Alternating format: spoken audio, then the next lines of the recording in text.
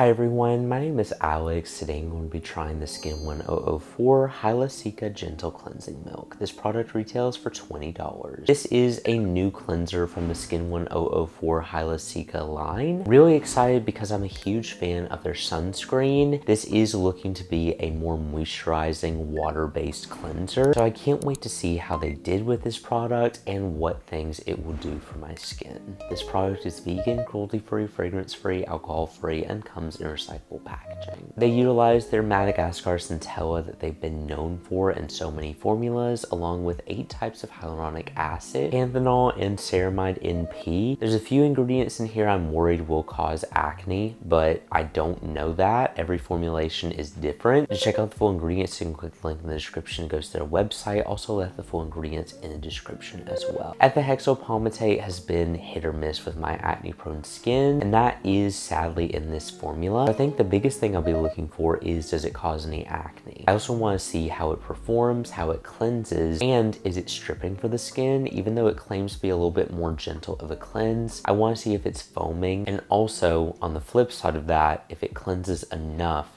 to balance my acne-prone skin. As for anything else, we continuing to check in. So I will see you all in the next check-in. I'm here to give you all a quick check-in, also my first impression with this product. A little bit torn about it because the skin1004 Madagascar Centella collection has personally worked amazing for my acne-prone skin, but looking over some of the ingredients and also from noticing some milky cleansers I've tried in the past, there's a few ingredients I'm just a little worried about that have been hit or miss with my acne-prone skin. But nonetheless, I'm very excited to try it and see how it feels. It does come out as this really milky texture. The good thing is, if I do experience breakouts or if anything happens with this cleanser, I know of a lot of options that have this similar texture. It doesn't foam up. So it's looking like it could be a good cleanser for dry skin. You can see there it gives a very moisturizing finish. I'm gonna go in with this product on dry skin just to see how it feels with that. Sometimes with more milky products, I like to do that to get a little bit deeper of a cleanse. I'm just wearing sunscreen right now, nothing too crazy on my face. I love milky cleansers. Like when they do work for my skin, I love the texture of this product and it perfectly encapsulates everything I love about a milky cleanser. It feels velvety going on the face. It doesn't really spread very much though. I'm noticing it just kind of melts into the skin, which makes me a little bit nervous. Sometimes with milky cleansers, they're not as effective at cleansing as I need. Just a few things I'm nervous about with this product, and that's why I'm gonna have to really test it out and see if it works for my skin. I'm dealing with some redness right there. Zit that I just got done healing. Feels really nice. Let's add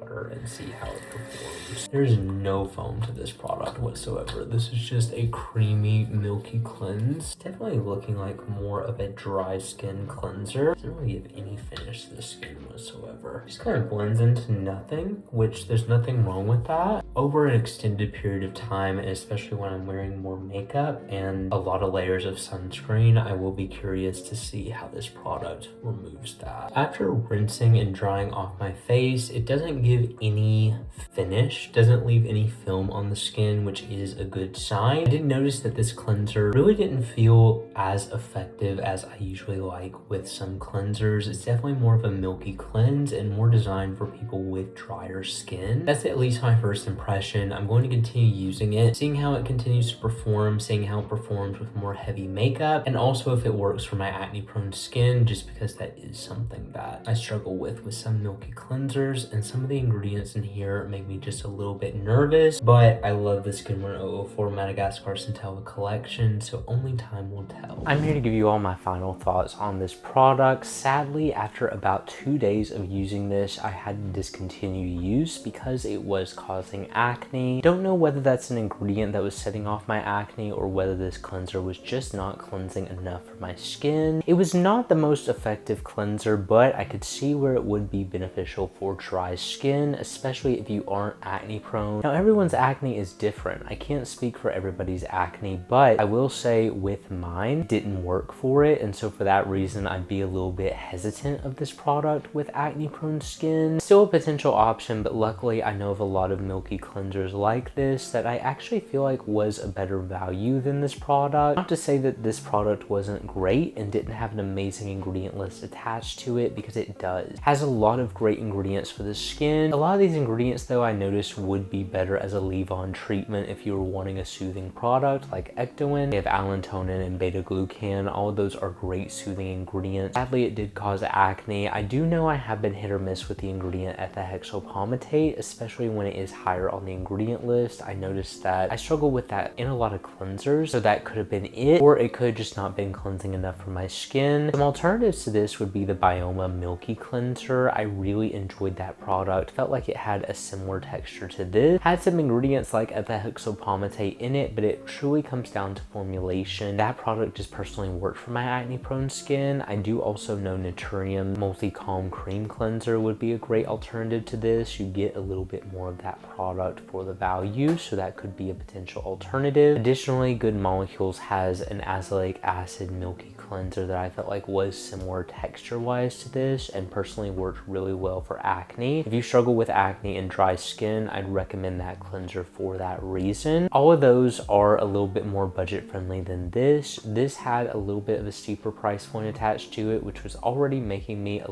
little bit turned off from this product. But ultimately, if it was a great gentle cleanser, it had the ingredients to back it up, and the Madagascar Centella collection has notoriously worked for me. It's proof that not all collections will work for your skin. You could use a cleanser from one collection and the moisturizer break you out from that same routine. So it's like you really have to judge a product for a product and not the brand or not the routine, because I'm a huge fan of Skin1004, but sadly they just didn't hit with this formula for me. Not necessarily a bad product. I would just recommend this product though if you have really dry skin and you don't struggle really bad with acne. Just from my personal perspective, I cannot personally recommend this for acne prone skin. I'm not going to continue using it. It's not something that worked for me, and it sadly was a miss from Skin1004. But anyway, thank you all so much for watching this video. If you enjoyed it and you want to see more like this, make sure you subscribe, because I post new videos every week, and I will see you all in the next